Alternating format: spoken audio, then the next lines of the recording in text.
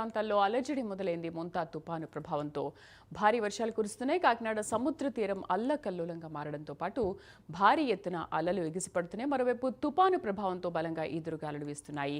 రేపు ఉదయానికి తుపాను తీవ్రంగా మారే అవకాశం ఉందని వాతావరణ శాఖ ప్రకటించింది. తుపాను తీరం దాటే సమయంలో 100 నుంచి 110 కిలోమీటర్ల వేగంతో ప్రచండ గాలులు వీస్తాయని అధికారులు చెబుతున్నారు. మొంతా తుపాను ప్రభావంతో ప్రభుత్వం కూడా అప్రమత్తమైంది. అధికారులు సిబ్బందికి సెలవులను రద్దు చేసింది. బీచ్లు పర్యాటక ప్రాంతాలను కూడా తాత్కాలికంగా మూసివేశారు. ఇక అన్ని ఓడరేవుల్లో 1వ నంబర్ హెచ్చరికలు జారీ చేశారు. మత్స్యకారులు ఎవరు కూడా వేటకు వెళ్లొద్దని హెచ్చరించారు. తుపాను ప్రభావిత ప్రాంతాల్లో ఎన్డీఆర్ఎఫ్, ఎస్డీఆర్ఎఫ్ సిబ్బందిని కూడా మోహరించారు. సహాయక చర్యల కోసం 100 మంది గజ ఈతగాళ్లను రంగంలోకి దింపారు. మొంతా తుపాను ప్రభావంతో రాష్ట్రంలో వర్షాలు మొదలయ్యాయి. ఇక కడప నుంచి పూర్తి సమాచారాన్ని మా కరెస్పాండెంట్ సుధీర్ అందిస్తారు. సుధీర్, ఏంటి ఆల్రెడీ సీఎం కానీ డిప్యూటీ సీఎం కానీ నిన్న నుంచి కూడా కలెక్టర్లను అలర్ట్ చేశారు. వీడియో కాన్ఫరెన్స్లో దిశానిర్దేశం కూడా చేశారు. ప్రత్యక్షంగా కూడా వాళ్ళతో మాట్లాడారు. అండ్ కొన్ని ఏరియాస్లో కూడా టోల్ ఫ్రీ నంబర్స్ని కూడా ఏర్పాటు చేశారు. ఎవరికైనా ఏదైనా ప్రమాదం జరిగితే కనుక దానికి కాల్ చేయొచ్చు అని. సో ఇలాంటి టోల్ ఫ్రీ నంబర్స్ ఇంకా ఎక్కడెక్కడ ఏర్పాటు చేశారు? రేపు తుపానుగా మారే ప్రభావం ఉన్న నేపథ్యంలో ఏ విధంగా అలర్ట్ అయింది సిబ్బంది?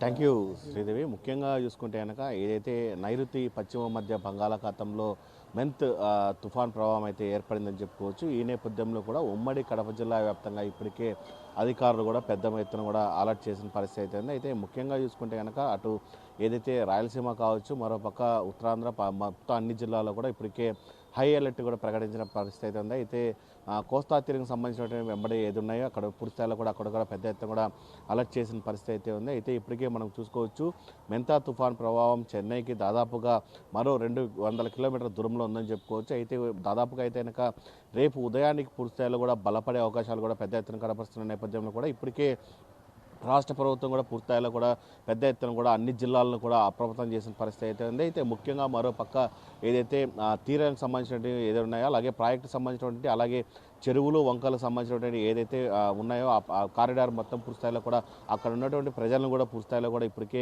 అప్రమత్తం చేసిన పరిస్థితి అయితే ఉంది. అయితే లోతట్టుకు సంబంధించినటువంటి ఆ ప్రాంతాలు ఏవి ఉన్నాయో అక్కడ ఉన్నటువంటి ప్రజలందరూ కూడా సురక్షిత ప్రాంతాలకు తరలించేందుకు కూడా ఇప్పటికే ఎన్డీఆర్ఎఫ్ బృందాలు అలాగే ఫైర్ సిబ్బంది కూడా ఇప్పటికే పెద్ద ఎత్తున కూడా రెడీగా ఉన్న పరిస్థితి అని చెప్పుకోవచ్చు.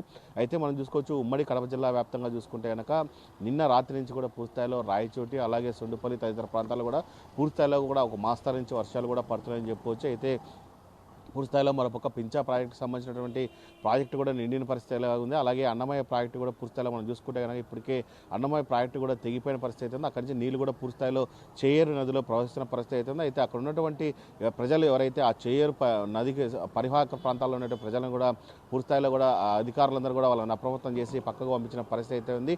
అయితే ఇప్పటికే మనం చూసుకోవచ్చు, ఏదైతే 2 రోజుల పాటు కూడా తుఫాను ప్రభావం ఎక్కువ ఉన్న నేపథ్యంలో కూడా ఇప్పటికే 2 రోజుల పాటు కూడా అటు పూర్తిస్థాయిలో కూడా విద్యా సంస్థలు కావచ్చు, ప్రైవేట్ విద్యా సంస్థలకు అలాగే కాలేజీలు కూడా పూర్తిస్థాయిలో కూడా సెలవులు ప్రకటించిన పరిస్థితి అయితే ఉంది. అయితే ముఖ్యంగా చూసుకుంటే కనుక ఏదైతే మండలాల్లో కూడా పూర్తిస్థాయిలో కూడా ఎక్కడైతే తుఫాను ప్రభావం ఎక్కడ ఉంటుందో అక్కడ పూర్తిస్థాయిలో కూడా అక్కడ ఉన్నటువంటి సచివాలయ సిబ్బంది కావచ్చు, మండల అధికారులు కూడా పూర్తిస్థాయిలో అక్కడ ఉన్నటువంటి ప్రజలను కూడా అప్రమత్తం చేస్తూ అలాగే తుఫాను ప్రభావం ఎక్కువగా ఉంటుంది, అసలు ఇళ్లలోంచి ప్రజలు కూడా ఎవరు బయటికి రావద్దండి, అసలు నెగ్లిజెన్సీ చేయొద్దండి అని చెప్పి ఇప్పటికే పెద్ద ఎత్తున ప్రచారం చేస్తున్న పరిస్థితి అయితే నెలకొందని చెప్పుకోవచ్చు. అయితే ముఖ్యంగా మనం చూసుకోవచ్చు, ఇప్పటికే జిల్లాలో ఉన్నటువంటి ప్రాజెక్టులని కూడా పూర్తిస్థాయిలో కూడా ఏదైతే గడిచిన కొద్ది రోజుల నుంచి పడినటువంటి వర్షాలతో కూడా పూర్తిస్థాయిలో జలకలలుగా నిండిన పరిస్థితి ఉంది.